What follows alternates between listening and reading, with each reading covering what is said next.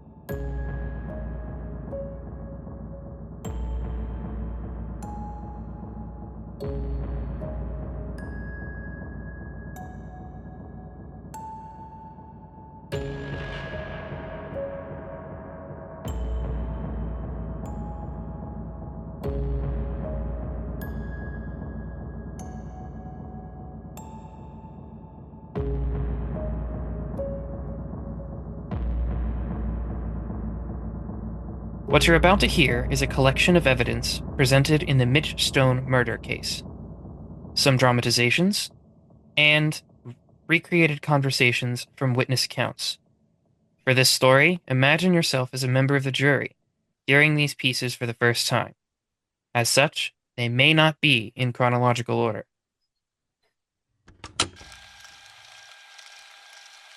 March 13th, 7:30 something p.m. Detective Peyton Marshland. Case notes on the Mitch Stone murder. The facts of this case don't seem to be lining up. I requested the records of this Cameron De La Key person, and I simply can't understand the motive. That's not the only strange thing. The autopsy report says the blow was to the crown of his head, but if she had thrown him to the ground like Wynn said, it would have been to the forehead or the back of his skull. I'll just contact Wynn with the findings. You previously claimed to have no connection to the victim, and yet we found a photo of you with known Mox members. What was your relationship to the Mox? And why didn't you mention your previous connection to the victim in this case? I didn't know those people were Mox members when that photo was taken. We met at Tom's Diner. I liked their taste in music, and there weren't many people around my age in town. I latched onto any connection I could, and they were willing to take me. They offered me odd jobs, delivering packages across town, things like that. When I got older, I would drive them around sometimes, but I never picked up on what they were into until much later. One day they said they had a test for me.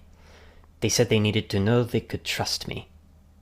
I didn't think anything of it. They asked me to do something I could never agree to, and when I refused, they tried to kill me. Since I knew too much. I've been on the run ever since. I haven't seen Mitch, the victim, since that day.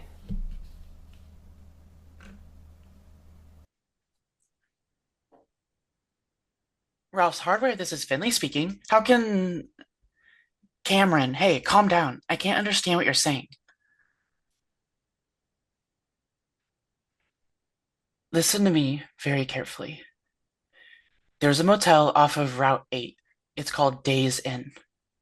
Get there as soon as you can. Tell the receptionist you have a reservation for Davidson. They will know what that means. Cameron, I need to know that you're hearing me. Cameron? Cameron! Are you there? If you touch so much as a hair on Cameron's head, I will find you and I will make sure that it is the last thing that you ever do.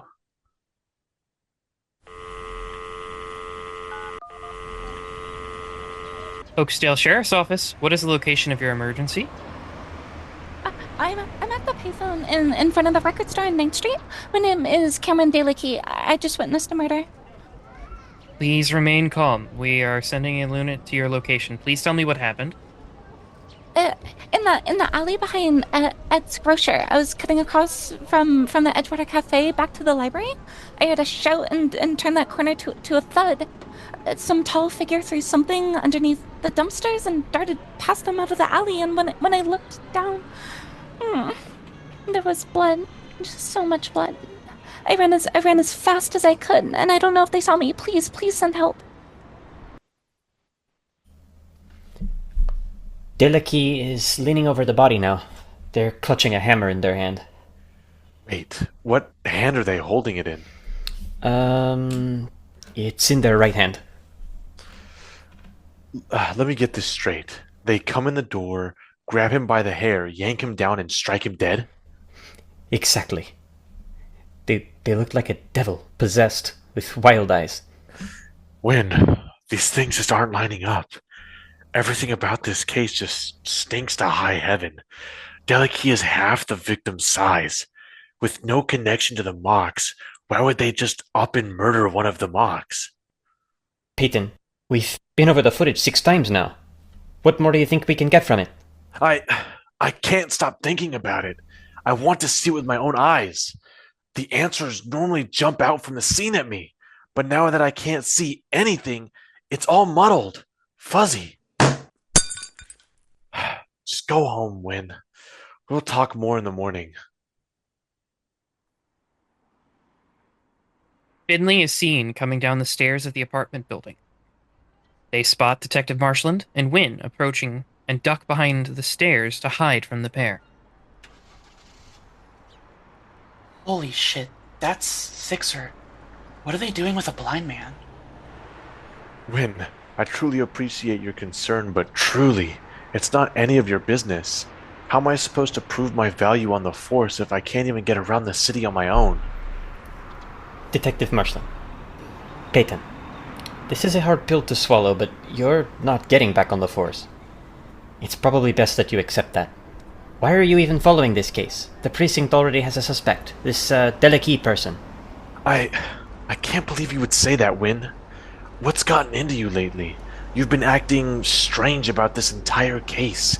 Is it personal? Do you have some connection to this case? Wait, no. Peyton, this case isn't personal. I am just tired of chasing down cases that the police have already solved. I know the force was everything to you, but it might be time for you to accept that you aren't cut out for this. Win, that's enough. If you don't want to keep working on this case, that's fine. You can go home. But I will not have my own assistant saying that I can and cannot do. Now, are we going to examine the apartment, or do I need to find myself another assistant? If you insist on falling down this rabbit hole, I guess I'll come with you. Alice, call me the March Hare. You're a quick one, Win. I just hope your future employers like your sense of humor as much as I do. Baffled by this conversation between a blind man and someone she knows to be a cold-blooded killer, Finley creeps out from behind a staircase before darting away with a large bag on her back. Sometime later, we recreate a scene as reported by a witness in an adjoining room. We have no actual recordings from inside this room, but we've done our best to accurately recreate this conversation. Cameron, it was the strangest thing. Sixer was helping some blind man into your apartment building. They called him Detective Marshland, and they mentioned your name. I think they were snooping around your apartment, too. I had to get out of there. I cannot get involved with Sixer again. What? Sixer? What kind of a name is that? What? Oh, I guess it does sound kind of funny without the knowledge of the person behind it. Cameron, Sixer is called that because of their first kill. Their job was to steal a six-pack. It was supposed to just be a test. They took it too far and tried to rob the place too. The clerk pulled a gun and Sixer shot him. And apparently one of the boxes said, "All that for a Sixer?" and the name stuck. Oh. Oh, wow. Wait. How would you know the story of a Mox member? Is that public knowledge? Cam, I used to be in the Mox. Not here. They don't usually come out this far. It's weird that so many are here, well, I suppose it's not that strange if Sixer is here. Last I knew, they stole something from Lizzie and went on the run. I guess they thought this sleepy little town would be a good place to hide from their past, the same as I did. I had no idea. I mean, there was whispers. You'd have to be deaf not to hear them. But I never imagined this is what people meant. It's why people look at me funny when we go out. I thought you knew, that you just looked past it. It was hard to believe at first when you looked at me and smiled instead of recoiled. This makes more sense. Oh, Finn. I care about who you are today. Not who you were yesterday or the year before. You see me, not just in the background, but as the main character. How could I repay that kindness of seeing me for who I really am by looking at only who you used to be? Oh. I guess I never thought of you as anything other than the beautiful woman who smiled at me. The witness claims to have no knowledge of what happened next, and whether that is a lie to protect the privacy of an intimate moment or a downright shame is for you to decide. We shift now to the parking lot outside of Peyton's office. It's nighttime and the crickets are chirping. Cameron and Finley are grasping at straws, dodging both the Mox and the local PD as they try to prove Cameron's innocence. Finley suggests confronting Sixer, or Win as they call themselves now, about their potential involvement in the murder of the Mox member that just showed up dead. Finn, do you have any idea what their reaction is gonna be when they see you? Should we be, worried about them becoming violent or something? If I had to guess, they won't do anything in public like this. We didn't interact much since they left shortly after joining. I was tired of the blood and the fighting, so I bought my way out.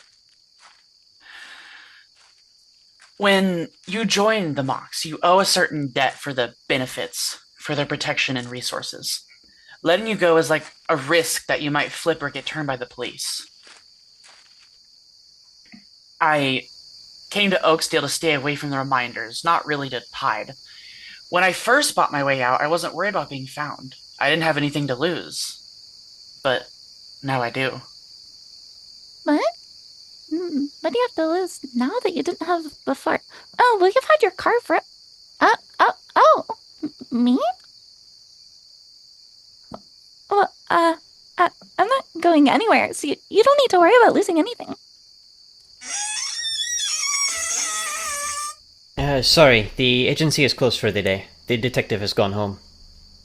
Well, It's a good thing we aren't looking for the detective then, isn't it, Sixer? Who? Come on, surely you remember your own name. It hasn't been that long since the Mox leader gave it to you. Or maybe you're just trying to forget where you came from or put distance between the things you did. Is that why you work for the blind detective now? Trying to make up for the killing? For stealing for the Mox head? I don't know who you're talking about, and I would appreciate it if you got off the property. If you believe I stole anything from Lizzie, you should file a police report. Hey, wait, who's Lizzie? You never said a name. This conversation isn't over. I have Mox members searching everywhere for me, since I had the misfortune of discovering that body, and some of the police think I killed him too. Wait, you're Cameron Delakey? The police are actively searching for you. As a matter of fact, so are we. Not a step closer. Come on now, Jasper.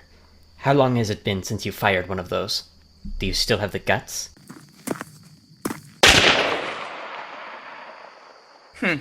Seems to me like it still works. Do you want to try your luck again? That's what I thought. Now get out of here.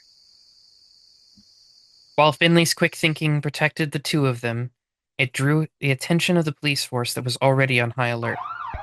Finley was arresting for discharging a firearm in public, and Cameron was brought in on murder charges.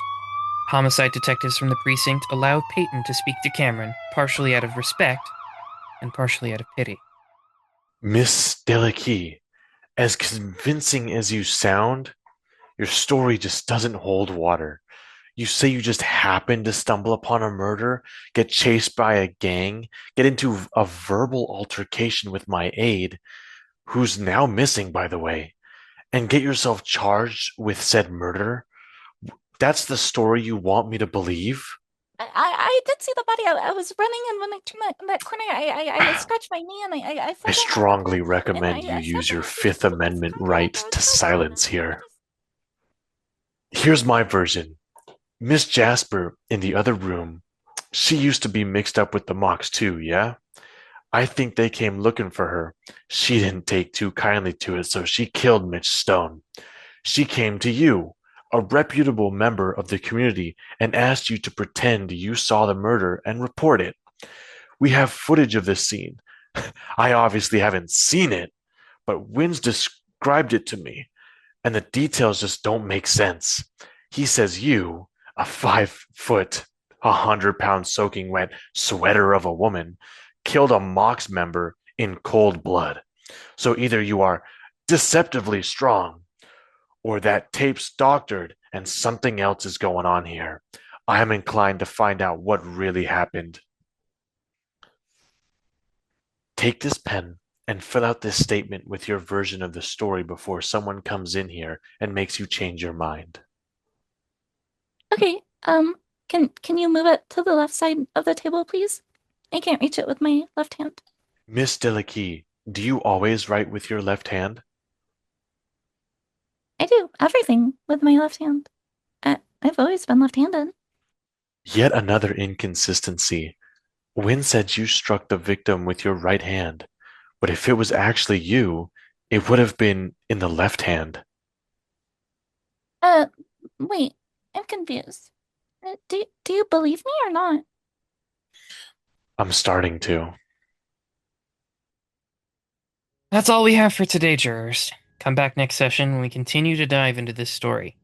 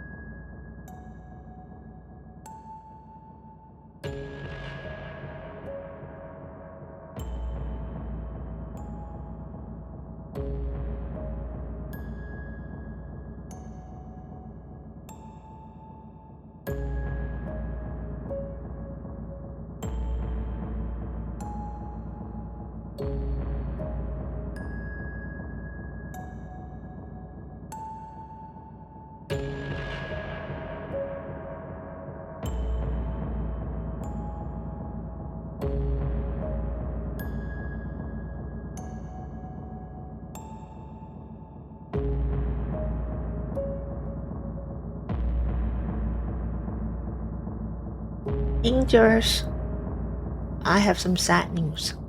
This will be the last episode of The Murders and Motives. Unfortunately, our storyteller has passed on.